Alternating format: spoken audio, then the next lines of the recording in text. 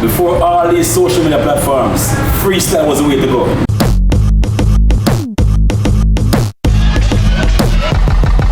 Reggae Selecta UK.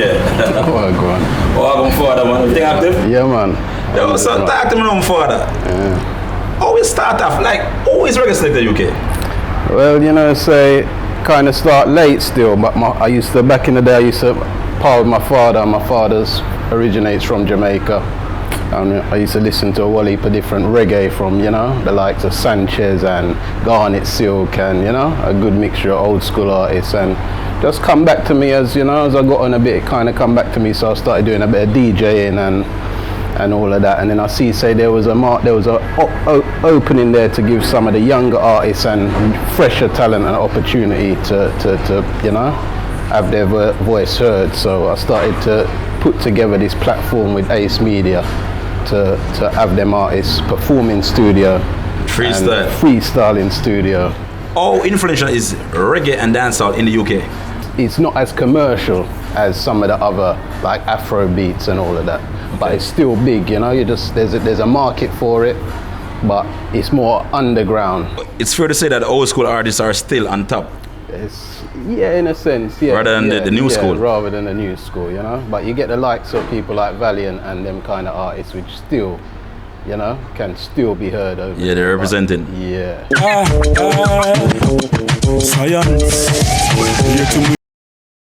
How long did you actually start up this movement, Reggae Selecta UK? Like, tell us about it.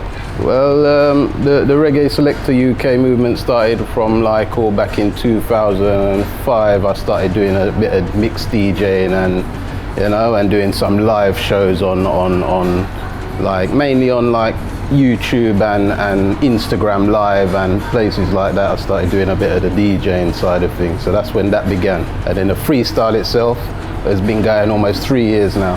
We've had about 100 freestyles with maybe around 150. Because remember, say some of the freestyles we have 2 or 3, maybe even 4 artists in the booth at one time. So we've had maybe all 150 artists in there so far. What I've noticed with a freestyle though, you have this thing about it where you mix the old school type of beats with the new school. Not every artist can handle the old school rhythm, you know. Some of the new artists can't handle the old school rhythm, but at the same time you have to open it up to a bigger audience, and not everyone wants to hear trap dancehall or, you know, that kind of genre. So it just gives people the opportunity to hear their favorite artists perform on an old school rhythm.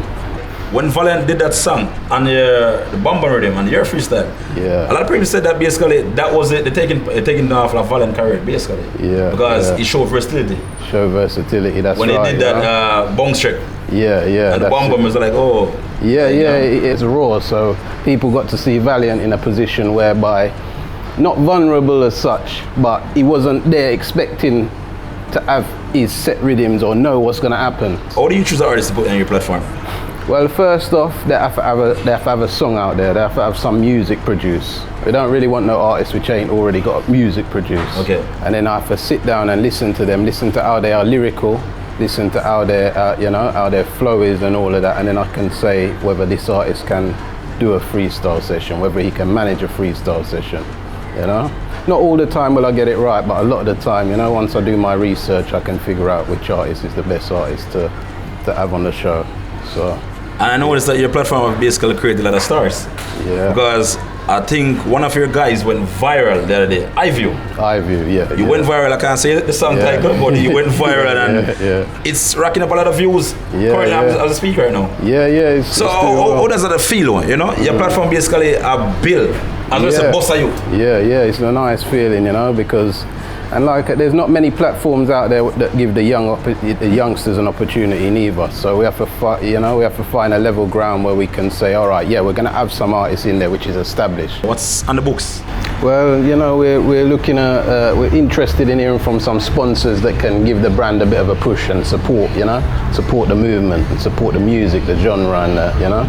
So that's what we're open to hearing from anyone that's interested in sponsoring the show. You know, we have the Bridge on the show as well, sponsoring the show so far. So we're open to additional sponsorships. And finally, what makes Selecta UK intense? You don't know already. Just here trying to, you know, give some of these, like I say, just making sure these young artists have a voice and and dancehall and reggae as a place to come, you know, a home. That's Reggae Selecta UK. See it now, Reggae Selecta UK. Bring back substance to dancehall with all his freestyle. Check him out.